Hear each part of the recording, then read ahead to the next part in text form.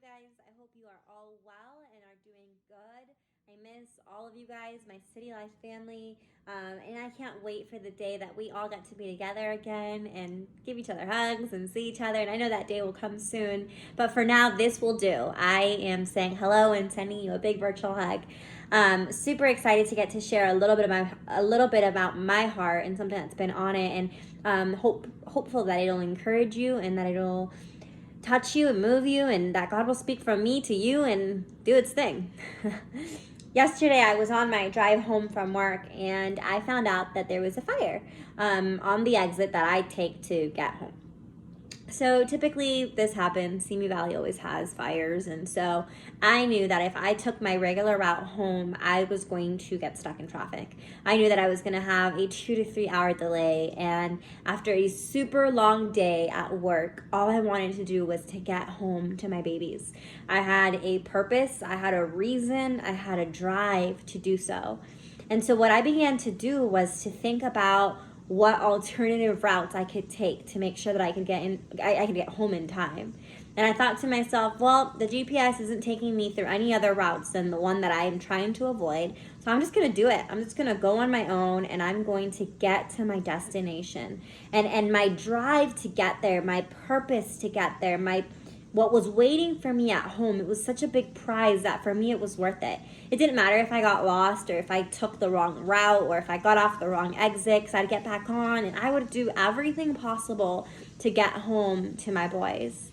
And so, I began to drive, and sure enough, I got home, and the prize that was waiting for me was a big prize. It was my boys running into my arms, and after a long day, it was worth it. It was worth the drive. It was worth the getting lost. It was worth getting in and off the freeway and going around town and being maybe stressed out the entire time, but it was worth it. And I was thinking about how I had a purpose and a reason for my drive. I had a reason to do what I did. And it got me thinking about a story or a few passages that we find in the book of Corinthians, where the Apostle Paul is talking to the church of Corinthians.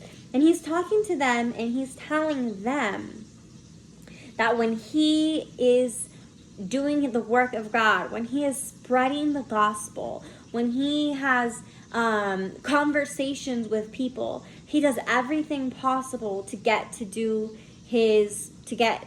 final point. He does everything possible. He goes on to say that when he's with the Jews and preaching to the Jews, he's like a Jew so that they could understand. When he's with the Gentiles, he becomes like a Gentile so that they can come to know who Jesus is. When he's with the poor, he becomes poor so that those around him could also then in return experience Jesus. And he runs with a purpose. 1 Corinthians 9:26, it says, "Don't you realize that in a race everyone runs, but only one person gets the prize? So run to win. All athletes are disciplined in their training. They do it to win a prize that will fade away, but we do it for an eternal prize. So I run with purpose in every step. I'm not just shadow boxing. I discipline my body like an athlete, training it to do what it should. Otherwise, I fear that after preaching to others, I myself might be disqualified." You see, the Apostle Paul is showing us, or it's telling us the reality that he was running a race, that what he was doing here on earth was a race to him. And he wasn't just running he wasn't just running along and going through the trenches. No, he ran with purpose. He had a purpose in every single thing that he did.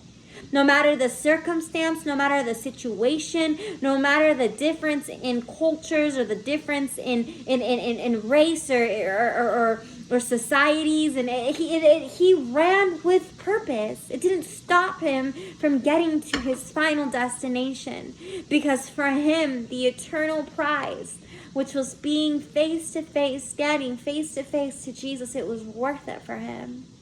That prize is the same prize that you and I have available to us today. And that race that he ran with a purpose is the same race in this life that you and I get the opportunity to be a part of. And I don't know if when you're racing and you're in the middle of your race, you might find yourself frustrated, or there might be a circumstance around you that is causing you to maybe want to quit the race. Maybe this pandemic, maybe there's a sickness in your body, or a sickness in a family member. Maybe there's been a loss of a family member. Maybe just a financial mess that you find yourself in. These circumstances around you are wanting you to throw in your towel and to give up the race and to tap out. Well, I want to remind you this afternoon or this morning, whatever time you're watching this video, that the race is worth running. And if we run with purpose, if we run every single day, every single moment of our days, no matter the circumstance, no matter the situation, the prize that waits for us, the prize that is waiting for you and I, is the day that we face God. It's the day that we get to face Him face to face, and He gets to say, "Good job, my faithful servant. You did good. Good job, my son. Good job, my daughter. I'm so proud of you. Come to me." I want to be a person that runs with purpose. I don't want to just run and allow my circumstances and my situations and the things around me to determine my pace. I want to run at all times knowing that I'm going to be the one to get first place. I'm going to keep on running. And my friend, I want to encourage you this right now. I want to encourage you to run with purpose. I want to encourage you that prize that is waiting for you is worth it. That prize that is waiting for you is worth going through anything and everything to get to that final goal. Would you run with purpose? Run with purpose.